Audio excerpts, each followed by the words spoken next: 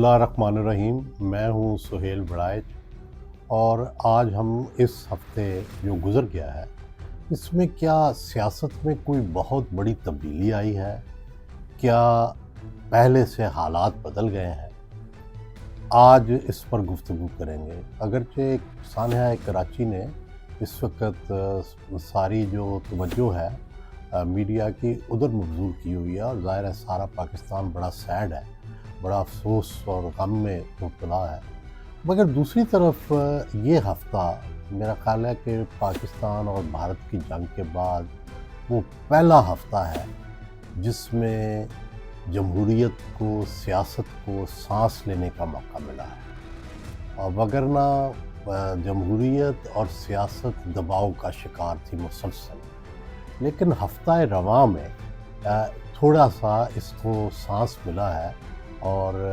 جو سیاسی حکومت ہے اور اوورآل جو پارلیمان ہے اور جو جمہوریت کی آواز ہے، وہ جو بہت دبی ہوئی تھی وہ پہلی دفعہ کچھ تھوڑی سی بہتر ہوئی ہے۔ اصل میں پرابلم یہ ہوتا ہے کہ جو ہائیبرڈ نظام ہے اس میں ظاہر ہے ایک طرف طاقت ہے اور دوسری طرف سیاست ہے۔ تو ہم چار آج تک بڑے تجربے ہوئے ہیں میری ہوش میں۔ پہلا تجربہ تو جنرل ضیاء الحق اور جنیجو صاحب کا تھا، تو وہ ہم دیکھتے تھے کہ ہر وقت یہ رولر کوسٹر پہ چلتی تھی حکومت، کہ جو ہے اگر سانحہ اجڑی کیمپ ہو گیا ہے تو مقتدرہ جو ہے وہ مشکل میں آ گئی ہے،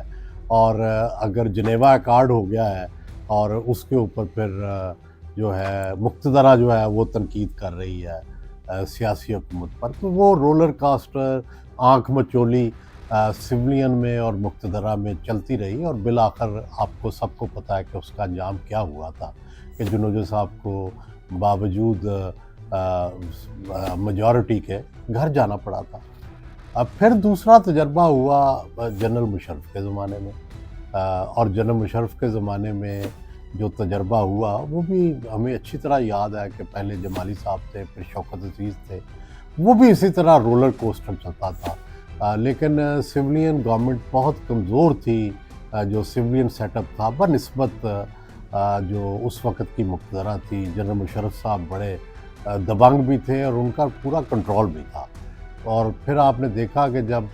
جنرل مشرف نے محترمہ کے ساتھ ایک ڈیل جو ہے وہ سائن کر لی، تو جو ہاؤس آف کارڈز تھا پی ایم ایل کیو کا، وہ جاتا رہا سیاسی حکومت کا، اور پھر اس کے بعد آخر کے جو واقعات ہیں اس میں ظاہر ہے جو ہے وہ جنرل مشرف خود بھی جاتے رہے۔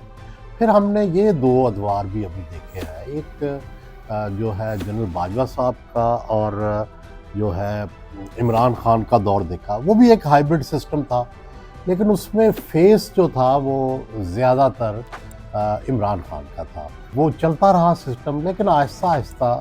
اس سسٹم کی خرابیاں بھی جو ہے وہ سامنے آنی شروع ہو گئیں، اور آپ نے دیکھا کہ سب سے پہلے تو بات شروع ہوئی اکانومی پہ، پھر اس کے بعد اسٹیبلشمنٹ اور گورنمنٹ کے تعلقات، پھر ان کی کارکردگی پہ بات شروع ہو گئی، اور پھر الٹیمیٹلی آپ نے دیکھا کہ تحریک عدم اعتماد آئی اور عمران خان جاتے رہے۔ تو وہ بھی ایک رولر کوسٹر سیٹ اپ تھا۔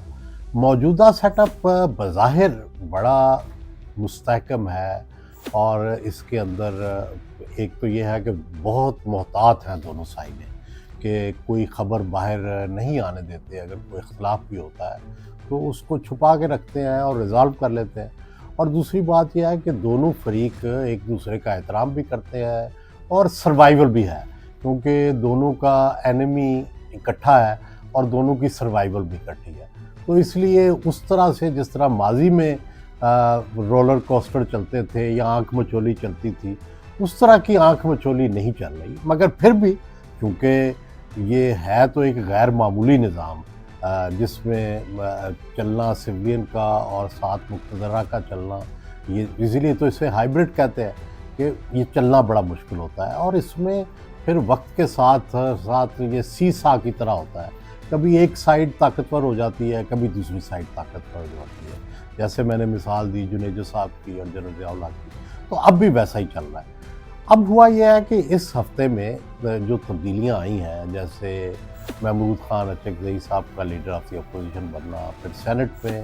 پی ٹی آئی کا nominated leader of the opposition بننا، پھر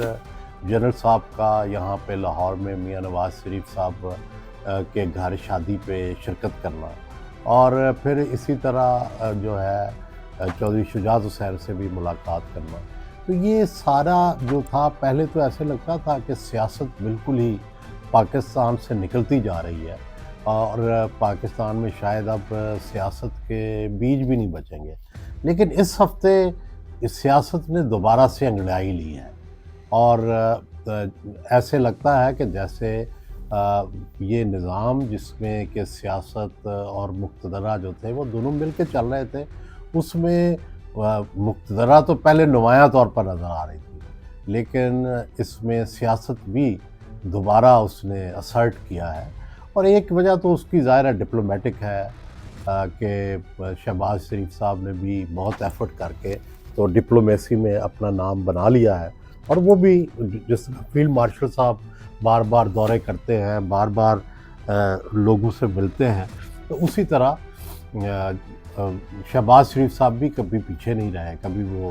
روسی صدر سے بڑی جا کے ملتے ہیں بے تکلفی سے، تو کبھی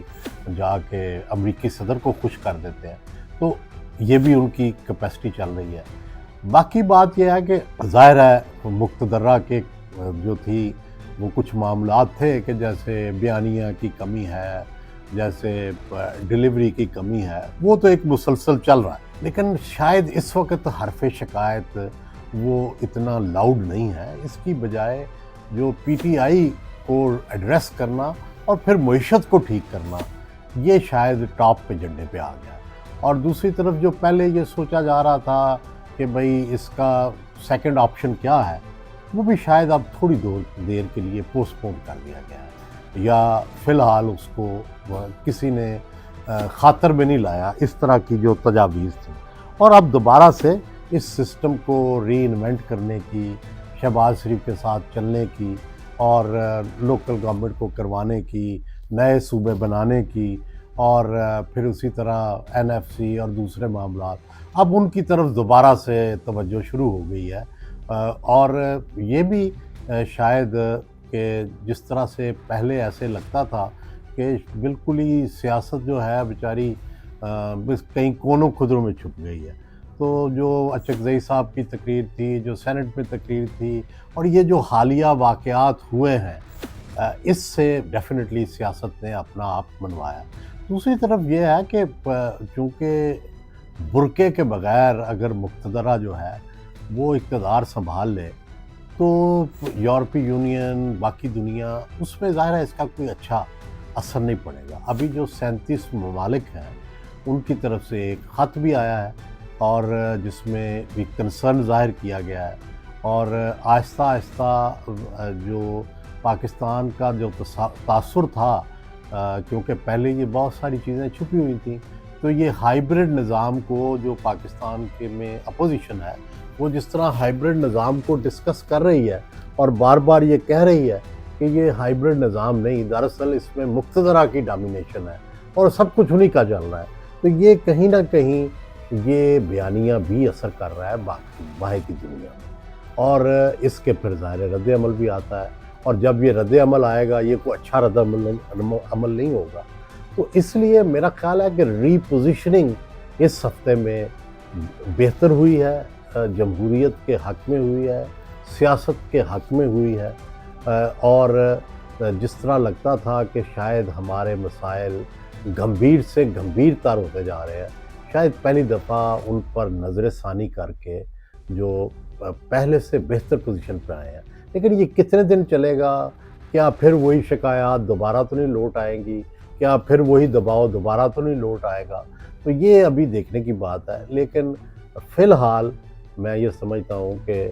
اس ہفتے کے جو واقعات ہیں ان میں ایسے لگتا ہے کہ سیاست دوبارہ سے زندہ ہوئی ہے، جمہوریت نے پھر سے سانس لیا ہے. یہ سانس کتنا لمبا ہوگا،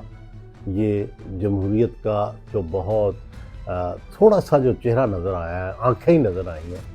کیا یہ آنکھیں اور زیادہ چہرہ بھی نظر آئے گا یا پھر سے غائب ہو جائے گا؟ یہ آنے والے دنوں میں دیکھتے ہیں کیا ہوگا.